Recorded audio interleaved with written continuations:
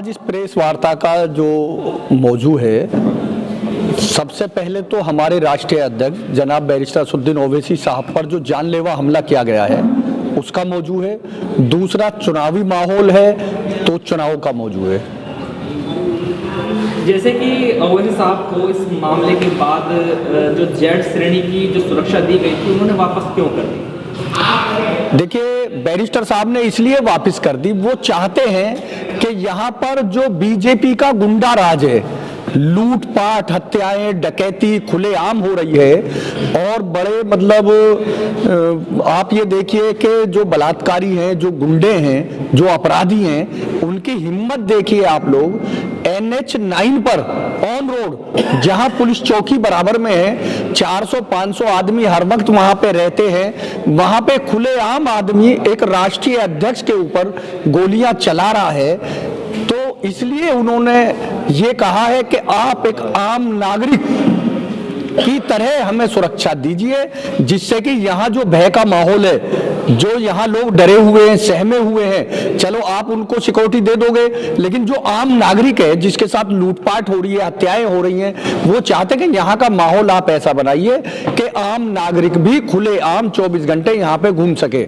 लेकिन योगी सरकार का तो गुंडा राज तो यूपी से खत्म हो चुका है। अब आप लोगों के सामने है भाई, जगह जगह हत्याएं हो रही हैं, लूट हो रही है, बलात्कार हो रही है, डकैती डल रही है। और इससे बड़ी बात और क्या होगी कि एक पार्टी के राष्ट्रीय अध्यक्ष पे दिन दहाड़े गुंडे ऑन रोड, NH 9 जहां सेकंडों के हिसाब से जो है गाड़ियों की लाइन लगी रहती है, वहां पे मतलब जो है फायरिंग हो रही है, उन पे जानलेवा हमला हो रहा है। तो ये तो सब इनकी जुमलेबाजी है बीजेपी पार्टी की, वो किसी भी चीज पे, किसी क्राइम पे कंट्रोल करने में असफल है।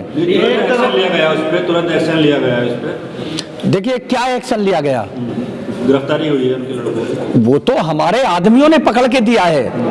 ठीक है, पार्टी ने क्या कदम उठाया? देखिए अभी इस घटना का जो मेन इशू है कि इन लोगों के पीछे किसका हाथ है। एक आम नागरिक इतनी बड़ी घटना को अंजाम दे रहा है, तो इसका चूंकि उसने जो खुलासा किया है उसकी प्लानिंग पिछले 4 साल से है। वो हमारे लोगों के, हमारी पार्टी के लोगों के टच में रहकर, हमारे विश्वास में रहकर हमारे आदमी का मर्डर करना चाहता है। तो इसके पीछे एक बहुत बड़ी साजिश है, तो उस साजिश का पर्दाफाश होना चाहिए। आप लोगों के टच में था वो? देखिए, जो हमारी पार्टी के लोग हैं वो पिछले 4 साल से उनसे संपर्क में था। वो इस फिराक में था जो उसने खुलासा किया है कि जो संभल में प्रोग्राम हुआ उसमें भी वो उनका मर्डर करना चाह रहा था, जो मेरठ में प्रोग्राम हुआ उसमें भी उनका मर्डर करना चाह रहा था। ये तो अल्लाह का करम है, उसका एहसान है मालिक का कि उसने हमारे बैरिस्टर साहब के ऊपर आंच नहीं आने दी। एक तरफ तो ओवैसी साहब को जेड से सुरक्षा श्रेणी दी जा रही है, वहीं दूसरी तरफ देखा जाए तो कई विधानसभाओं में उनका कार्यक्रम रद्द किया जा रहा है, क्या कहना चाहिए? देखिए, ये सब दोगली राजनीति है। एक तरफ तो वो ये दिखा रही है सरकार कि हम इनकी सुरक्षा करना चाह रहे हैं, दूसरी तरफ वो उनकी आवाज को दबाना चाहते हैं। ये सारा षड्यंत्र यही तो है कि गरीबों की आवाज को, मजलूमों की आवाज को, दलितों की आवाज को, मुस्लिमों की आवाज को उठाने वाले व्यक्ति की आवाज को दबाया जा रहा है, लोकतंत्र की हत्या की जा रही है। असल मौजू यही तो है, यही सोचने की बात है। सभी दलों के बड़े बड़े नेता आके जनसंपर्क कर रहे हैं, अगर आपको कोई इस तरह की परमिशन नहीं मिलते तो आपका चुनाव किस प्रकार जाएगा, किस तरह हो जाएगा? देखिए, ये लोग परमिशन दें या ना दें, उससे हमारे चुनाव पे कोई फर्क नहीं पड़ता, क्योंकि जो लोग जुड़े हुए हैं वो बैरिस्टर साहब के मिशन से जुड़े हुए हैं, उन्हें बैरिस्टर साहब से मोहब्बत है।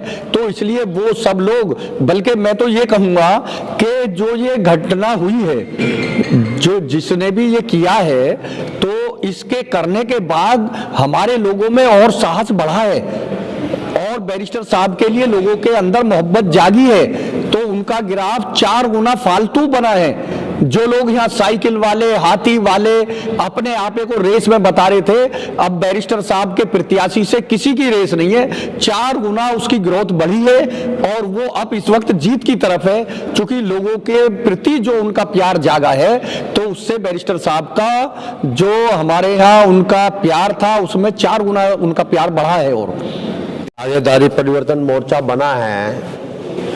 भागीदारी परिवर्तन मोर्चा में हमारे 5-6 दल हैं। बाबू सिंह कुशवाहा जी हैं, जो इस पार्टी भागीदारी परिवर्तन मोर्चा के चेयरमैन हैं ओवैसी साहब ने, जो बैरिस्टर साहब हैं, उन्होंने इसकी घोषणा भी की है।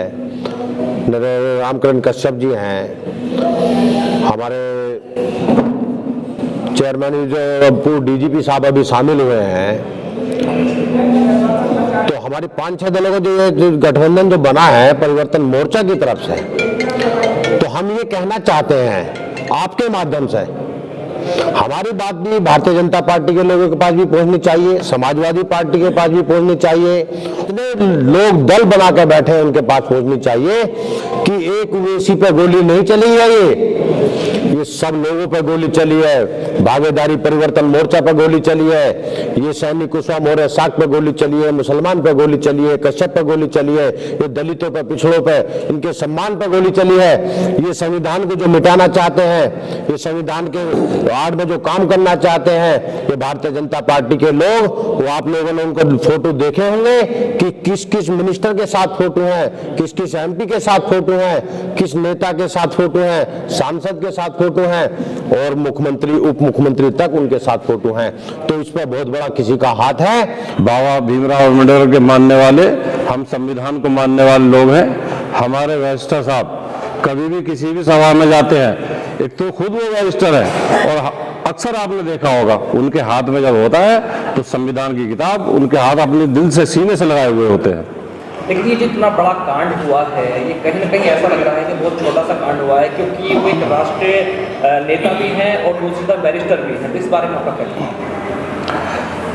मैं आपको एक बात बहुत क्लियर तरीके से बता देना चाहता हूं, ये छोटा कांड नहीं है, ये बहुत बड़ी साजिश है और जिसकी प्लानिंग बहुत पहले से तैयारी की जा रही है। कम से कम 6 महीने से वो संगठन हमारे बैरिस्टर असदुद्दीन साहब की रेकी कर रहा है। जहां जहां मजलिस के प्रोग्राम हुए वहां वहां वो मौजूद रहे और इसकी गवाही उन्होंने अपने बयान में दी है। क्या चाहते हैं? हम चाहते हैं, अगर योगी जी सरकार कहते हैं साहब हमने गुंडा मुक्त प्रदेश कर दिया है, तो और ये अटैक का जो उनका सामने आया है तो ये उन्हें फेलियर साबित करता है, जो बार बार शासन की दुहाई देते हैं।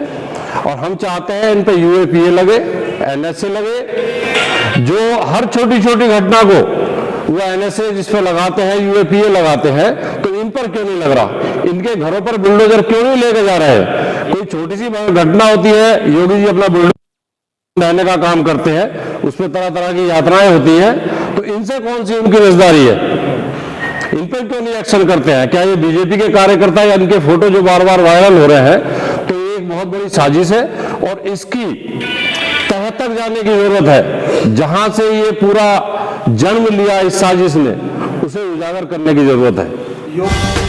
सब्सक्राइब करें ऐसे समाचार को और प्रेस करें इस बेल आइकन को ताकि आपको मिलती रहे हर अपडेट।